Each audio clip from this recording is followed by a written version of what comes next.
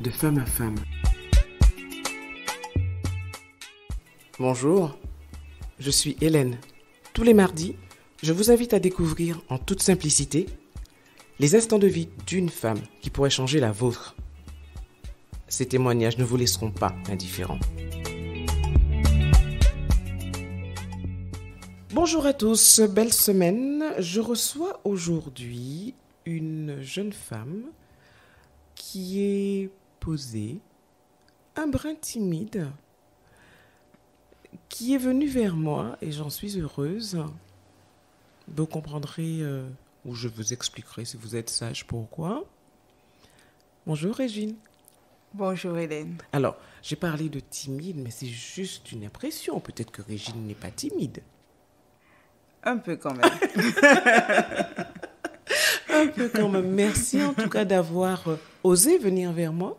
Oui. Ça m'a beaucoup touchée. Écoute, j'ai vraiment hâte de savoir la tranche de vie et ce que tu souhaites partager avec nous aujourd'hui. Alors, je souhaite partager avec toi mon adolescence et ma vie de jeune adulte. Voilà. Qu'est-ce qui s'est passé à l'adolescence? Donc, à l'adolescence, après la mort d'un cousin, qui était pour moi comme un grand-père, j'ai fait en fait une dépression. Et ça, je ne l'ai pas vu venir. Donc, j'étais en train... Enfin, il est décédé, le cousin, dans une... Enfin, c'était assez bizarre. Les circonstances étaient un peu... Les circonstances étaient étaient particulières. Donc, j'étais à la maison, j'avais ma petite sœur à côté, elle jouait. Moi, j'étais en train de faire, un dessin d'art plastique. Donc, j'avais bien mis mes couleurs, bien présenté mon dessin. Et puis là, je l'ai noirci. Donc, j'ai mis des couleurs assez... foncé. Et petit à petit, j'entrais en dépression sans même le savoir. Ça veut dire que les bruits autour de la situation qui s'est passée avec le cousin qui décédait, l'environnement autour, les personnes autour, sans le savoir, ça m'a fait si tu veux, comme... Un choc, quelque chose qui s'enrayait et sans me déplacer, voilà, j'ai été victime de la dépression. En étant chez moi, à faire mon devoir d'école, voilà, ça s'est passé comme ça. Et là, ta vie a basculé en fait? Eh bien oui, à partir de ce moment, plus rien n'était pareil. Comment ont réagi ta famille et les médecins? Alors, donc, à la suite de ça, j'ai eu des visites de médecins au domicile de mes parents. Et là, ils étaient un petit peu surpris de voir que j'étais cohérente par moment et incohérente à d'autres moments. Donc, pour eux, je faisais des caprices. Donc, on est resté comme ça sur quelques jours. Mais pour moi, à ce moment-là, je m'enfonçais encore un peu plus dans la dépression. Parce que c'était pas visible. Mais en fait, tu te sentais mal? Est-ce que toi-même, tu te sentais mal? Je ne peux pas expliquer vraiment, mais ce que je me rappelle, j'étais un petit peu, comme je dis souvent, la tête dans les étoiles, un peu euphorique à certains moments. Donc, c'était pas visible. Donc, mes parents l'ont quand même remarqué. Ma petite sœur qui était souvent avec moi, la dernière, elle voyait que j'étais différente. Elle voyait que, voilà, j'étais comme si j'étais hors du temps, par moment. Donc, c'était assez spécial. Et est-ce qu'il y a eu, je ne sais pas, un diagnostic qui a été posé sur ce qui t'est arrivé? Alors, le premier, j'ai vu un psychiatre de ville et ce psychiatre avait dit à maman que j'étais mystique. Parce qu'en fait, ce qu'il connaissait dans sa science. Ceux qui connaissaient avaient du mal à corroler avec Ce que tu présentais. ce que je présentais, voilà. Et ce qui s'est passé, par la suite, j'ai été diagnostiquée bipolaire. D'accord. Et récemment, j'ai encore eu un autre diagnostic. J'ai les symptômes d'une bipolarité, mais je n'ai que des troubles. D'accord, parce qu'il n'y a pas que les troubles au niveau de la bipolarité. Non, il y a les symptômes de la bipolarité qui emmènent vers la maladie. En fait, je n'ai pas la maladie, j'ai des symptômes et les symptômes, au lieu d'être une maladie pour moi, ce sont juste des troubles. Donc, à l'heure d'aujourd'hui, c'est le dernier diagnostic que j'ai. D'accord. Donc, pendant très longtemps, on a juste dit bipolaire. Voilà, pendant très longtemps. Et D'accord. pendant très longtemps, j'ai été traitée avec des médicaments de fond assez importants. Donc, la partie psychologique n'a pas été traitée. Donc, voilà. Donc, c'est moi-même avec des outils, des astuces que j'ai eues qui ont fait que je sois là maintenant face de toi, Hélène, et pouvoir discuter de tout ça. Parce qu'en fait, est-ce qu'à un moment, tu t'es rendu compte que on essayait juste excuse-moi du terme, de t'abrutir avec des médicaments et que tu as voulu, toi, te relever et faire autre chose? Voilà, parce qu'en fait, quand j'étais, comme je dis toujours, pas la tête dans les étoiles, consciente, je me voyais comme quelqu'un enfermé dans une sphère. C'est-à-dire que je tapais, je voulais faire des choses, mais personne ne m'entendait. Voilà, donc c'est ça. Et comment tu as réussi, parce que ça t'est arrivé à l'adolescence, à partir de quel moment tu as mis en place des choses pour essayer justement de faire en sorte que, ben justement, qu'on t'entende et que tu puisses arriver à casser ou en tout cas trouver une petite porte dans cette bulle pour en sortir et faire des choses? Ben, ça a commencé. Alors, la première dépression, j'ai eu en 90. En 93, pas très longtemps après, j'ai encore eu une nouvelle.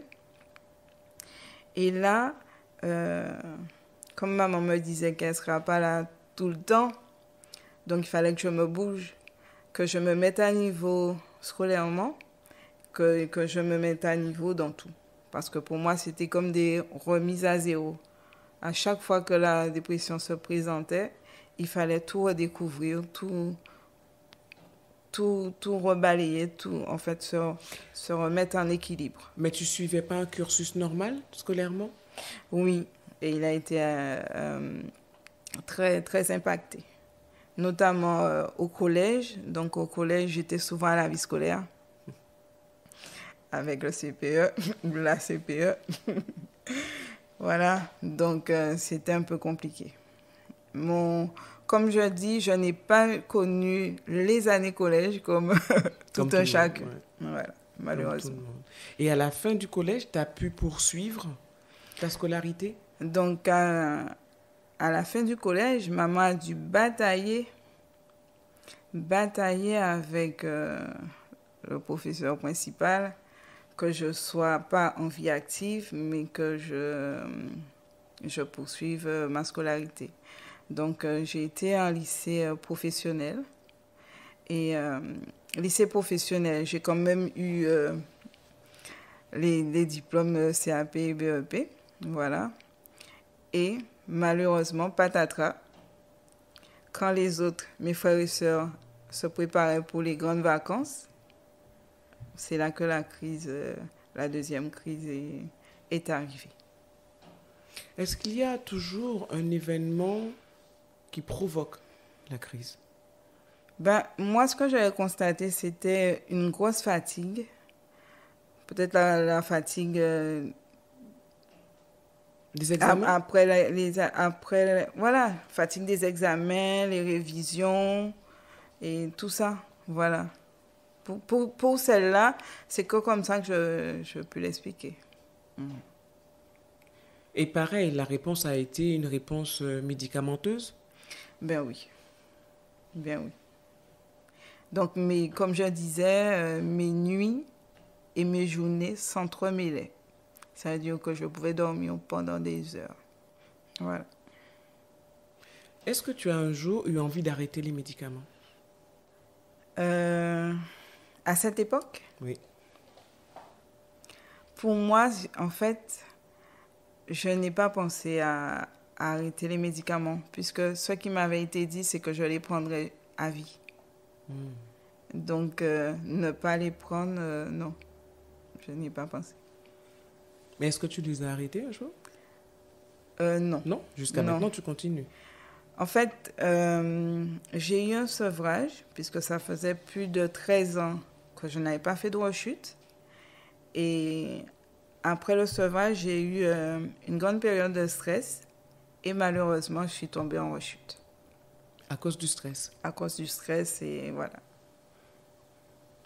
Donc, j'ai eu une grosse dose de stress. Donc, en fait, globalement, il faudrait, idéalement, que tu évites de te retrouver dans des situations de stress. Voilà, c'est ça. C'est ça. C'est exactement ça. Et aussi, j'ai remarqué les chocs. Parce que pendant toute cette période, j'ai eu des décès dans ma famille. Et après les décès, j'étais, voilà, KO. En fait, c'est comme si tu avais du mal à gérer tes émotions. Voilà, c'est ça. Voilà, c'est ça. Est-ce que parallèlement maintenant, parce que tu m'as dit au tout début, la réponse elle n'était que médicamenteuse, il n'y avait pas l'aspect psychologique, Voilà, n'avait pas été pris en compte. Est-ce qu'à un moment, tu as eu justement une proposition de suivi psychologique? Alors, là, je n'ai pas eu une proposition, j'ai été chercher ma solution. Alors, ça s'est passé, dans mon ancien travail, j'avais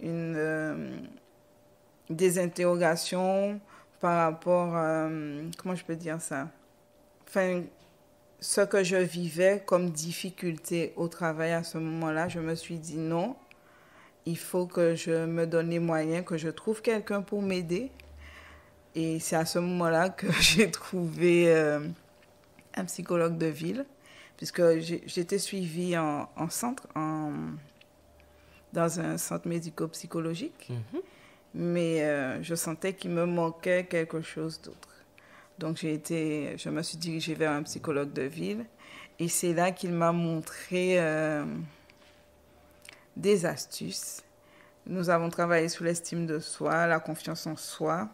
En fait, tu as trouvé le bon psychologue. Voilà. Et c'est là que j'ai vu aussi que, en fait, je laissais la porte ouverte à certains pour pouvoir pomper ton énergie. Pomper mon énergie et, à défaut, me faire du mal. Et ce suivi, tu l'as fait pendant combien de temps ou est-ce qu'il continue jusqu'à maintenant? Non, j'ai dû arrêter. Donc, le suivi, je l'ai fait quand même pendant plus de 10 ans. Parce qu'en complément de ce que j'avais dans le centre avec les visites au centre avec le psychiatre, il me fallait l'autre partie. Parce que le psychiatre, c'était la partie médicamenteuse. Et là, il me fallait pour être dans la vie sociale, la vie de tous les jours et pouvoir être équilibré. Voilà. Donc, pendant 10 ans. Et est-ce que tu dirais qu'aujourd'hui, tu es suffisamment apte à gérer justement les situations sans avoir besoin de l'aide d'un psy? Alors, pour te dire les choses, Hélène, donc, quand j'ai été sevrée en mars, c'est vrai que j'ai mis des petites astuces pour déjà ne pas tomber en décompensation, ça veut dire tomber en dépression. Et il me fallait faire beaucoup plus d'efforts à cause de... il me fallait faire plus d'efforts de ce que j'avais appris moi-même et mis en pratique cumulé à ce que j'avais appris avec le psychologue. Donc, non, c'était trop. C'était en mars de quelle année? Mars 2022, donc j'étais en sevrage. Et je n'ai pas pu... Comment dire? Le stress était trop sur un long terme. Donc, non. Seule, j'aurais pas pu y faire face. Donc, tu es retournée? Donc, j'ai vu une psychologue. Alors, je l'ai vue, je crois, je ne sais pas si c'est en juin. Je ne me rappelle plus très bien. Mais c'était ponctuel. Donc, on devait se revoir en septembre, mais les choses sont passées. Je l'ai pas vu. Mais ça allait bien. Ça allait bien puisque j'ai anticipé certaines choses et je suis partie sur un projet. Donc, si tu veux, j'avais la tête un petit peu occupée. Et voilà. Donc, occupée à faire quelque chose que tu aimes. À faire quelque chose que j'aime.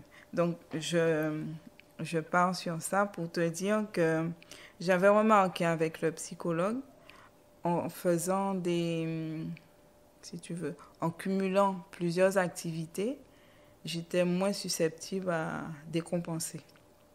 Et comme je t'ai dit, j'avais une dose de stress qui était importante. Donc, ça a fait un gros choc. Le travail dans lequel tu es actuellement, parce que tu travailles. Oui. On aurait pu penser d'ailleurs que ça aurait été compliqué pour toi de travailler. Comment ça s'est passé pour trouver ce travail? Est-ce que ça a été simple? Non, ça a été facile. Facile dans... Alors, comme certains diront en Guadeloupe, c'est le bouche à oreille quelquefois qui prime. Donc, je sortais d'une situation un peu complexe. Donc, j'ai dû faire appel à mon réseau, une amie de l'université qui m'a aidé à remettre à jour mon CV. Et c'est à partir de là que j'ai répondu à une annonce. Et tu as été prise? Et j'ai été prise. J'ai été prise, comment dire, la cellule de recrutement, les administrateurs, parce que je travaillais dans une structure institutionnelle. Voilà. Donc, ils ont apprécié, comment dire, ils ont apprécié mon discours et ce que j'avais à leur dire. Voilà. C'est comme ça que ça s'est fait. Alors, ce que je remarque, c'est que tu as pleinement conscience de ta pathologie, mais tu as surtout pleinement conscience et surtout envie de vivre normalement et de faire plein de choses. Voilà, c'est surtout ça. C'est surtout ça. Et tu t'en donnes les moyens. Je m'en donne les moyens. Alors, quels sont les comme tu disais tout à l'heure, que tu as vu avec le psychologue, qu'il faut que tu aies plusieurs activités, plusieurs projets en même temps pour que ton cerveau ne se laisse pas prendre par le stress. Voilà, et ressasser surtout. Quelles sont les activités que tu mets en place pour pouvoir justement éviter ce trop-plein de stress? Alors, donc à l'adolescence, mes frères et soeurs m'appelaient l'archive. À l'époque, ils m'appelaient l'archive. Pourquoi? Parce qu'en fait, à mon adolescence et au lycée, enfin pendant mon adolescence, j'étais celle où, dès qu'on me posait une question, j'allais chercher, à l'époque on n'avait pas Internet, j'allais chercher mes gros magazines. Dans les encyclopédies. J'ai vu ça là, j'ai vu ça dans tel magazine, dans tel encyclo. Donc c'était ça. On posait une question, j'avais la réponse. Voilà, donc c'est ça. Et jusqu'à maintenant? Jusqu'à maintenant, pour les astuces que j'ai mises en place, les activités, je suis très manuelle, donc ça c'est depuis l'enfance. Donc j'ai créé une petite micro-entreprise de création de bijoux. Oh, bien. Donc je fais des bijoux fantaisie. Sinon, j'aime bien surfer sur le net. Donc, mes thèmes favoris, ce sont des thèmes... Enfin, c'est assez varié. Il y a le développement personnel, il y a les bijoux.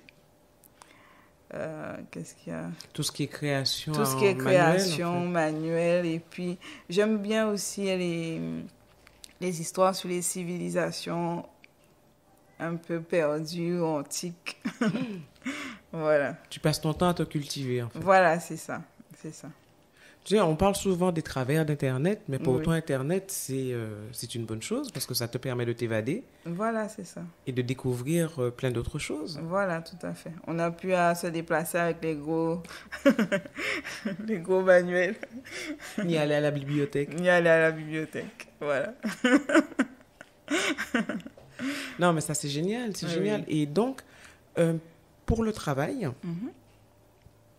comment ça se passe? Bien? Est-ce qu'il y a des moments où tu sens qu'il faut que tu redresses la barre parce que le stress... Parce qu'on sait qu'il y a du stress au travail. Oui, oui. Comment tu gères le stress au travail?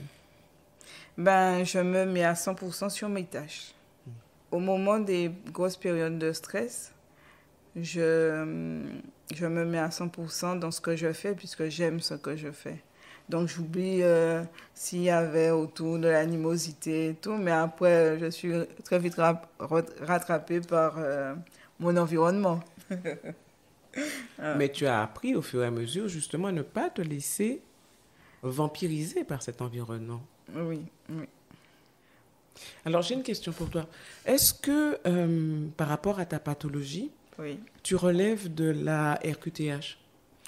Ben oui, j'ai reçu ma notification à RQTH et c'est vrai, pendant une période, c'était plus pour pouvoir me protéger dans mon milieu de travail, puisque les personnes me voient normale, mais j'ai quand même un handicap qui ne se voit pas. Et le problème des handicaps invisibles, justement. Voilà, Mhm. voilà. Alors, pour ceux qui ne le savent pas, on rappelle quand même que RQTH, ça veut dire reconnaissance de la qualité de travailleur handicapé. Et c'est vrai que cette reconnaissance peut être une protection face aux collègues qui auraient peut-être tendance à être un peu violents parfois dans leur rapport, parce qu'ils n'ont pas justement conscience de la pathologie de la personne qui est face à elle, en fait, tout simplement. Mais cette reconnaissance, tu l'as eue dès le début de ta vie professionnelle? Alors là, non. Si c'était dès le début, les choses n'auraient peut-être pas été pareilles. Ça fait combien d'années que tu travailles? Alors, je travaille depuis... Alors, je te dis ça. J'ai commencé à travailler en 99. Voilà. Et la reconnaissance, tu l'as eue en quelle année? 2019. Ah oui, quand même. Ouais. Ah oui, quand même. Mais je me rappelle, j'ai fait des stages d'insertion. J'ai fait un stage d'insertion et la psychologue que j'avais rencontrée me disait « Régine, si tu as l'intention de passer des concours administratifs, ça serait plus favorable pour toi que tu ailles à la MDPH. » Avant, c'était la Cotorep. Absolument. Voilà, et que tu t'inscrives. Voilà. Et comme on connaît déjà la longueur de traitement des dossiers dans les MDPH, ça a pris du temps. Voilà, ça a pris du temps. Mais c'est extraordinaire ce combat de cette petite dame qui a décidé que dans tous les cas de figure, quel que soit ce qu'on pense, qu'on dise, les choses autour d'elle, elle avance et elle vit sa vie. Voilà, c'était ça. C'était ça. À un moment de ma vie, je devais me cacher. Me cacher dans quel sens? Ne pas montrer à mes parents que j'avais des idées, que je voyais grand, pour ne pas les effrayer. Ah, parce que pour eux, tu n'étais pas capable. Pour eux, j'étais une personne de malade. Et puis j'ai entendu toutes sortes de bruits. J'étais folle, j'étais malade, j'étais ici. Enfin, les personnes ne se rendent pas compte du mal qu'ils font aux autres. quand ils ne connaissent pas la personne, ça fusait de partout, des moqueries, tout ça, ça m'a pas aidé. Mais quand même, je me disais, je les laisse parler, mais je sais moi qui je suis. Donc ça sortira un jour, au grand jour, et voilà. Tu peux être fière de toi. Merci. Mais Merci, tu leur montres Hélène. aujourd'hui à tes parents que quelque part, tu avais raison de rêver. Voilà. Ils sont surpris. Ils sont surpris. Parce qu'on aurait pu penser que tu serais dépendante, mais au contraire, tu es autonome. Tu ne dépends de personne, tu vis ta vie, tu as ton travail. Mais en quelque sorte, maman a lutté pour ça. Mais en même temps, elle avait... elle me transmettait un petit peu ses insécurités de maman.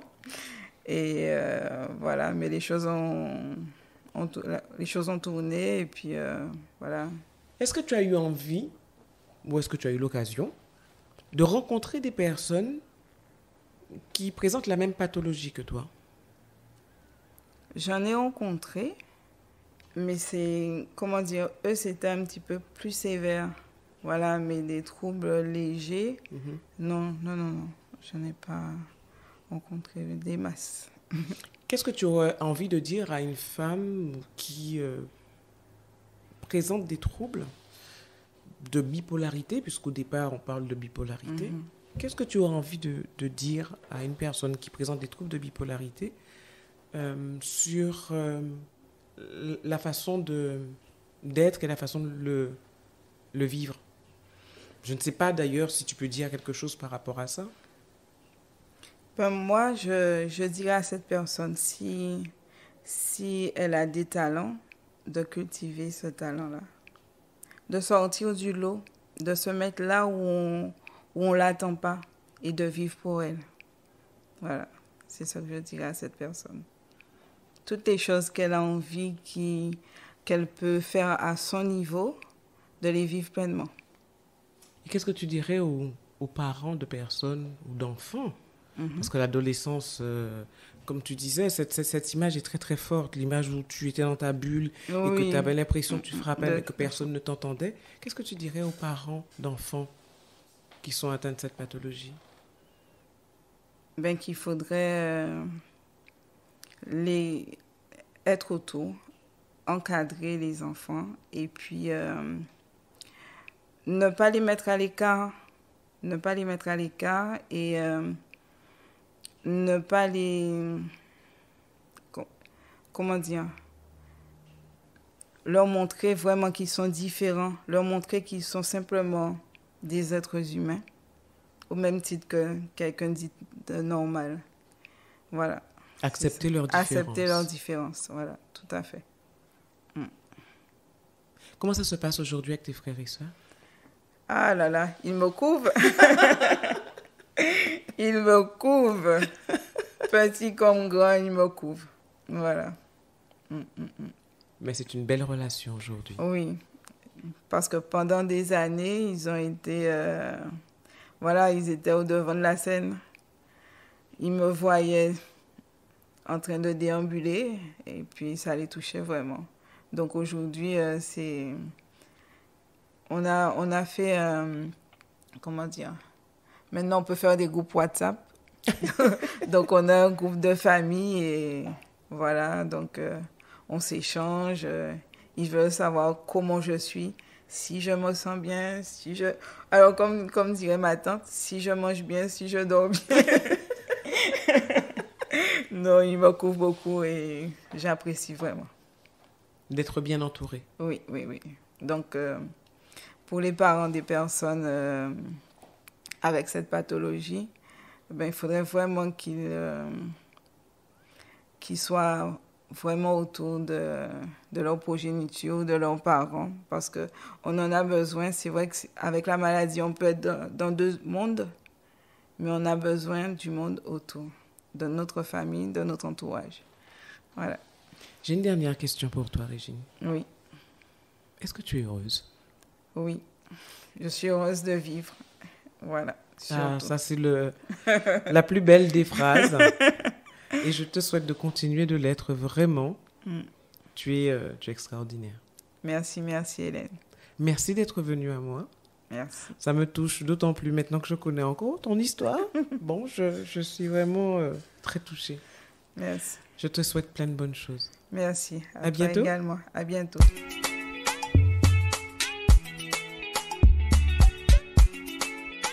Merci d'avoir été avec nous pour cette tranche de vie. Si vous avez apprécié, pensez à vous abonner à ma chaîne YouTube Femme & Co pour ne manquer aucun épisode. Ils sont également disponibles sur Apple Podcasts, Deezer, Spotify, entre autres. Alors likez, donnez un maximum d'étoiles, laissez vos commentaires et surtout partagez. À la semaine prochaine. En attendant, prenez soin de vous.